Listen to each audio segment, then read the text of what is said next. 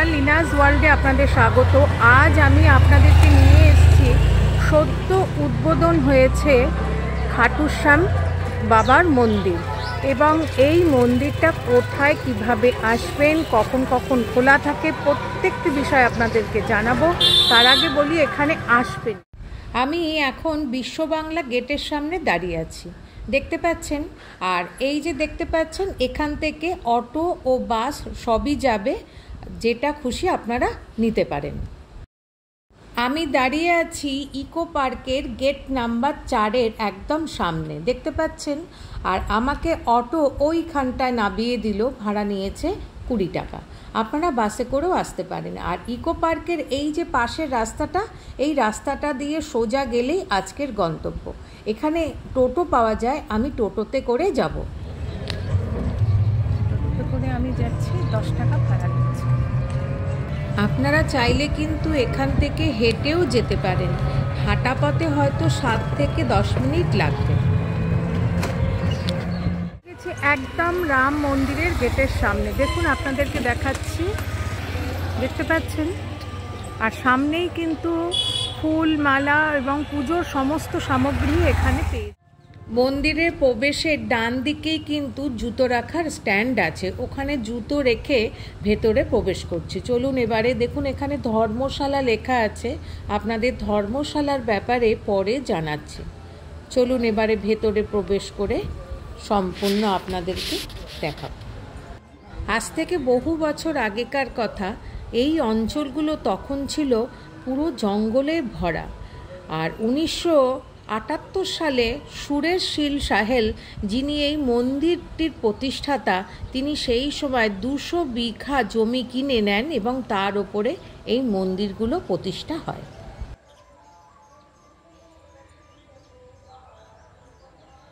প্রবেশপথ দিয়ে ঢুকেই ডান দিকেই প্রথমেই দেখতে পারবেন, রামায়ণের রাবণ যখন সীতাকে হরণ করে নিয়ে যাচ্ছিলেন, সেই সময় জটায়ু বাধা দিতে গেলে রাবণ তার ডানা কেটে দিচ্ছে।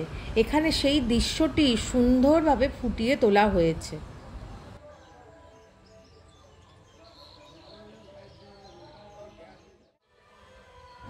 আর তার পেছনেই রয়েছে 151 ফুট উঁচু বিশাল বড় বজরংবলীর একটি সুন্দর মূর্তি, যেটি তৈরি করতে জয়পুর থেকে কারিগরেরা এসেছিল এবং 8 বছর লেগেছিল মূর্তিটি তৈরি করতে।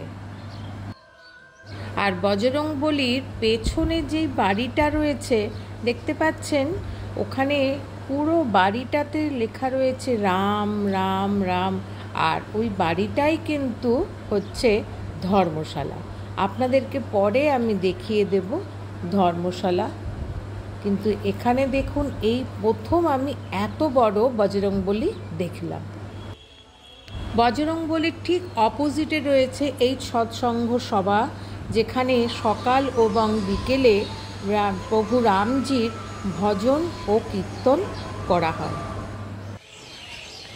আর হচ্ছে বজরংবলীর ঠিক ডান দিকে রয়েছে 51 ফুট উঁচু একটা ধ্যানমগ্ন শিবের একটা সুন্দর মূর্তি, যেটা আগের বছরই উদ্বোধন করা হয়েছে। আর দেখুন, এই নিচেও অনেক বিগ্রহ রয়েছে। আর শিবের মূর্তির ঠিক ডান দিকে একটা গঙ্গার মূর্তিও রয়েছে। আর সামনে পুকুরের জলগুলো, আর যখন বিকেলবেলা লাইটিংটা পড়বে না, অপূর্ব সুন্দর লাগবে।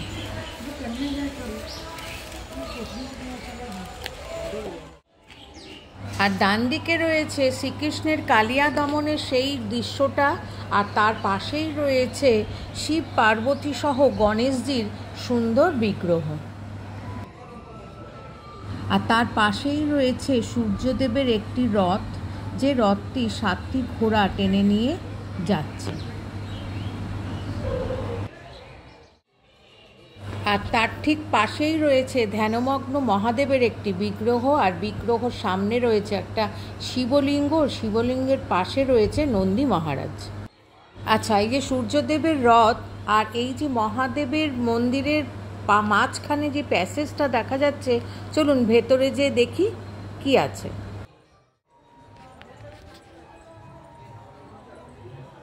একটু এগিয়েই সিঁড়ি দিয়ে উঠেই দেখতে পেলাম অপূর্ব সুন্দর পুরো কাঁচ দিয়ে ঘেরা শ্রীরামের মন্দির।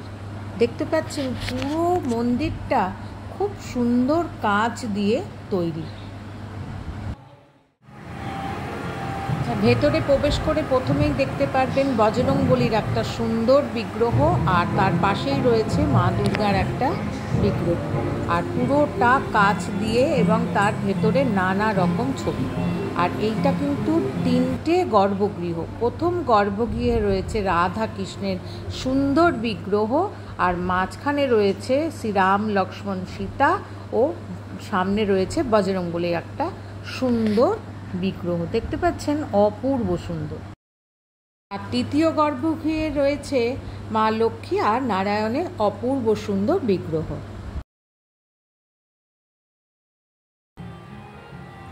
আর এপাশে রয়েছে প্রভু জগন্নাথ, বলরাম ও সুভদ্রার একটা সুন্দর বিগ্রহ।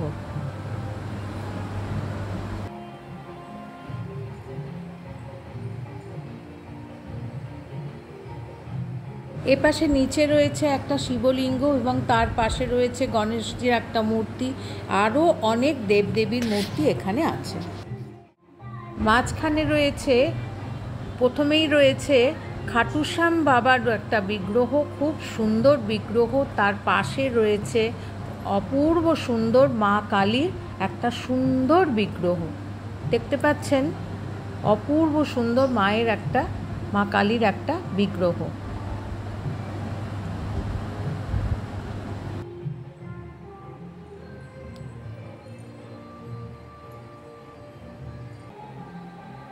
আর তার পাশে রয়েছে শেরাবলী মায়ের একটা খুব সুন্দর বিগ্রহ, আর তার পাশে আছে একটা বজরংবলীর খুব সুন্দর বিগ্রহ।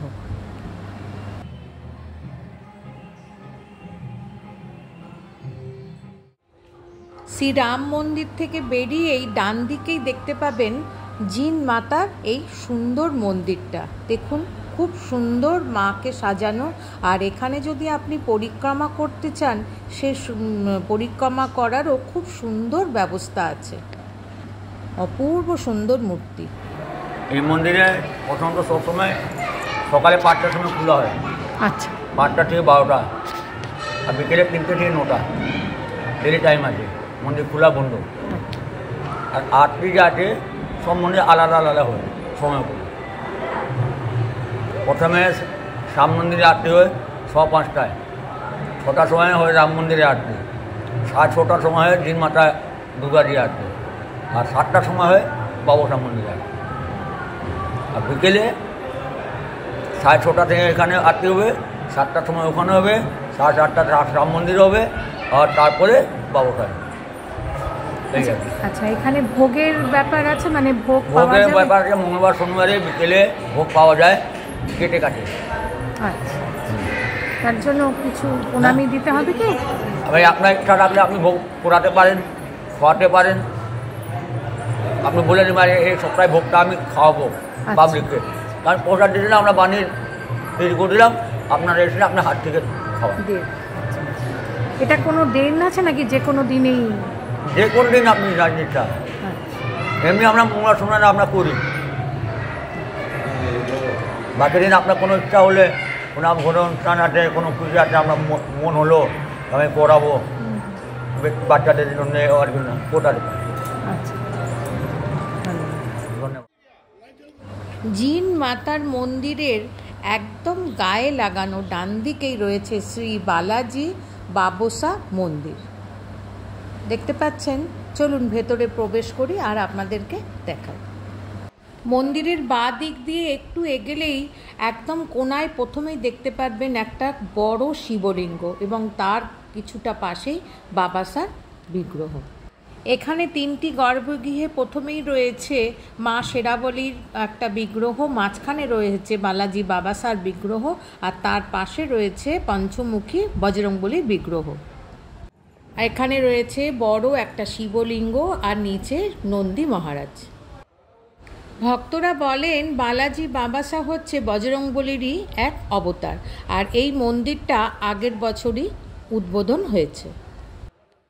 সম্পূর্ণ দেখালাম। এবার আপনাদেরকে বলছিলাম যে এই মন্দিরটা মানে খাটুশ্যাম বাবার যে মন্দিরটা সদ্য উদ্বোধন হলো, এই দেখুন তার সামনেই আমি দাঁড়িয়ে আছি, দেখুন একবার।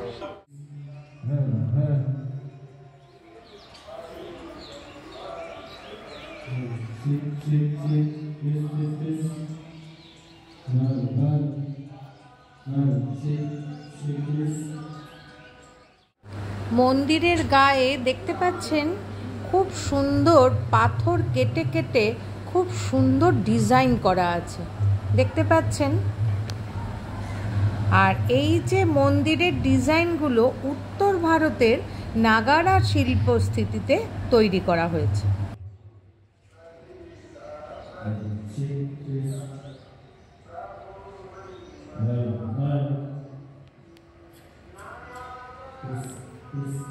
আর এই যে কাজগুলো দেখতে পাচ্ছেন, প্রত্যেকটি কাজ না খুব সুন্দর এবং নিখুঁতভাবে তৈরি করা রয়েছে। আর এই যে ওপরে দেখেছেন এই যে স্ট্রাকচারটা অপূর্ব সুন্দর লাগছে, দেখতে পাচ্ছেন। আর পুরো মন্দিরটাতে লেখা রয়েছে জয় শ্রী শ্যাম, জয় শ্রী শ্যাম, দেখতে পাচ্ছেন। মানে কাজগুলো একদম দেখে আপনাদের ভীষণ ভালো লাগবে।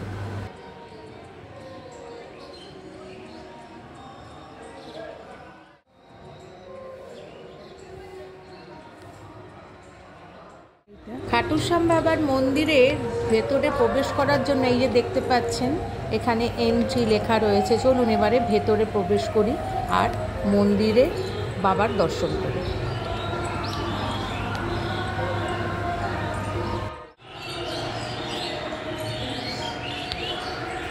পুরো মন্দিরটাতেই দেখতে পাচ্ছেন এরকম খুব সুন্দর কারুকার্য করা, আর দরজাটাও খুব সুন্দর কারুকার্য করা। চলুন এবার ভেতরে প্রবেশ করি।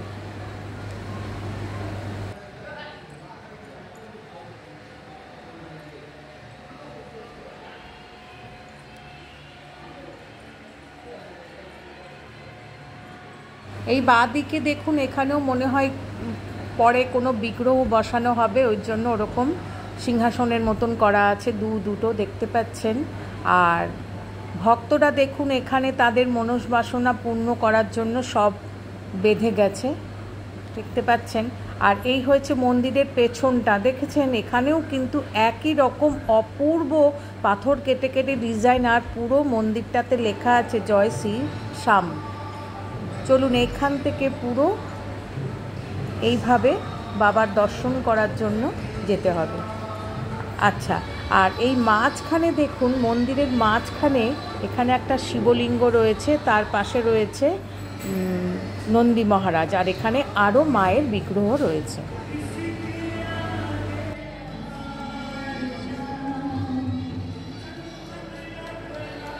একদম গর্ভগৃহের সামনে দাঁড়িয়ে আছি, দেখতে পাচ্ছেন খুব অপূর্ব সুন্দর শ্যাম বাবার মূর্তি। শ্যাম বাবার মাঝখানে রয়েছে এবং শ্যাম বাবার ডান দিকে রয়েছে রাধা কৃষ্ণের বিগ্রহ, আর শ্যাম বাবার বাঁ দিকে রয়েছে একটা সুন্দর বজরংবলীর বিগ্রহ, অপূর্ব সুন্দর। আপনারা যদি শ্যাম বাবাকে পুজো দিতে চান তাহলে ওখানে কিন্তু পুরোহিত মশাই দুজন বসে আছে, ওদের কাছে নাম গোত্র বললে ওরাই পুজো দিয়ে দিচ্ছে এবং আমাদেরকে টিকা পরিয়ে হাতে প্রসাদও দিচ্ছে। এবারে দেখুন গর্ভগৃহের সামনে একদম ওপরের দেওয়ালে দেখুন একটা স্ট্রাকচারের মতন করা আছে, আর তার চারিদিকে নানা রকম দেবদেবীর বিগ্রহ, দেখতে পাচ্ছেন কি অপূর্ব অসাধারণ লাগছে যে কি বলবো। আর এই এক একটা সার্কেলের মধ্যে রাধা কৃষ্ণ, মা কালী, গোপাল, সব রকম দেবদেবীর বিগ্রহ রয়েছে।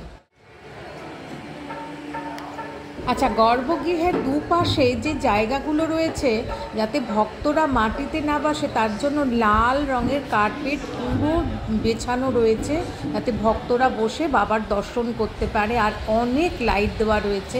এপাশেও একটা ঝাড়বাতি রয়েছে, আর এই গর্ভগৃহে ওপাশেও একই ব্যবস্থা, লাল কার্পেট দিয়ে পুরোটাই মোড়া, আর হচ্ছে ওখানেও ঝাড়বাতি রয়েছে। আর যেসব ভক্তরা মাটিতে বসতে পারবে না তাদের জন্য কিন্তু চেয়ারের ব্যবস্থা আছে। এবারে চলুন খাটুশ্যাম বাবার সম্বন্ধে কিছু জেনে নিই।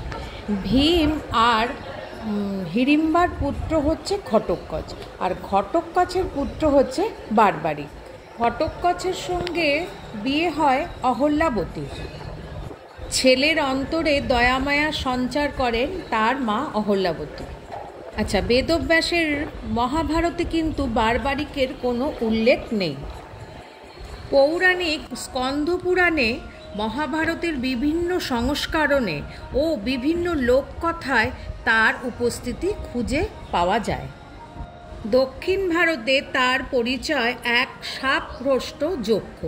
আবার রাজস্থানে তিনি পূজিত হন খাটুশ্যাম নামে।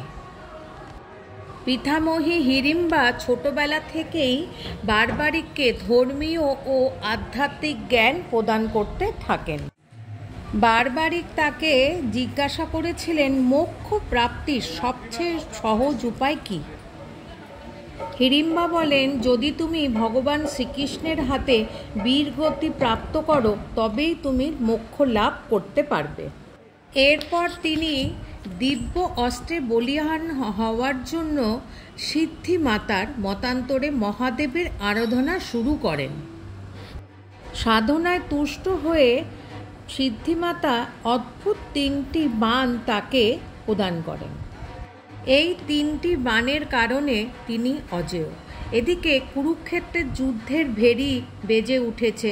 আর কেউ না জানলেও শ্রীকৃষ্ণ জানতেন যুদ্ধে বারবারিক যোগদান করলে নিমেষে যুদ্ধ শেষ হয়ে যাবে এবং ধর্ম সংস্থাপনের ক্ষেত্রে শ্রীকৃষ্ণের তৈরি সকল সমীকরণ পাল্টে যাবে। তখন বারবারিককে যুদ্ধে বিরত রাখতে শ্রীকৃষ্ণ এক ব্রাহ্মণের বেশে ছদ্মবেশ ধারণ করে তার সামনে উপস্থিত হন। ব্রাহ্মণ বেশে শ্রীকৃষ্ণ তার কাছে ভিক্ষায় চাইল তার মস্তক এবং বারবারিক তাতে রাজি হয়ে গেল। শ্রীকৃষ্ণের পরিচয় পেয়ে সে আপ্লুত হয়ে গেলেন ও বুঝতে পারলেন যে তার মোক্ষ প্রাপ্তির সময় এসে গেছে। বারবারিক বললেন, আপনি মস্তক পাবেন, কিন্তু কুরুক্ষেত্র যুদ্ধ দেখবার আমার বড় সাধ। যদি আমার ইচ্ছা আপনি পূরণ করেন। তখন শ্রীকৃষ্ণ তাকে আশীর্বাদ দিয়ে বললেন, শরীর থেকে মস্তক আলাদা হয়ে গেলেও তোমার মস্তক জীবিত থাকবে।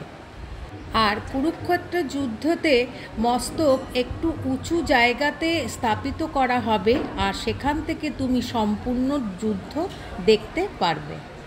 এরপর যুদ্ধ অবসানের পর কে বেশি বীরত্ব দেখিয়েছেন, অর্জুন না ভীম?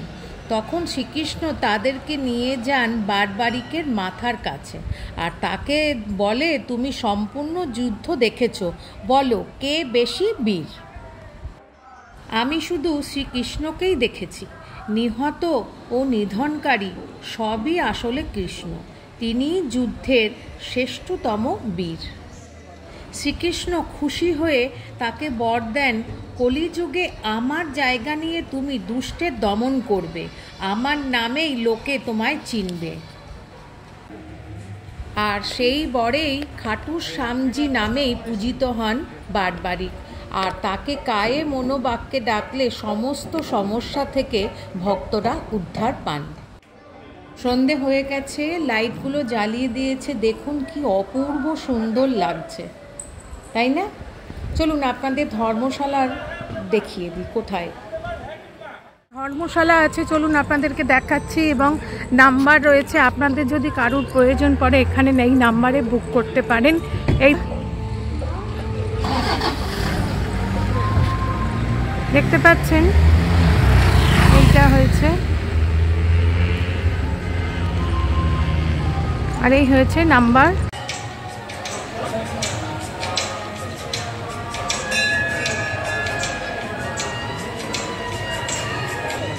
শ্যাম বাবাকে আর একবার নমস্কার করে বাড়ির দিকে একটা শান্তি নিয়ে বাড়ির দিকে রওনা দিলাম। কেমন লাগলো আপনাদের আজকের এই ছোট্ট ভিডিওটা অতি অবশ্যই আমাকে জানাবেন, লাইক, শেয়ার এবং সাবস্ক্রাইব করে। Thanks for your time.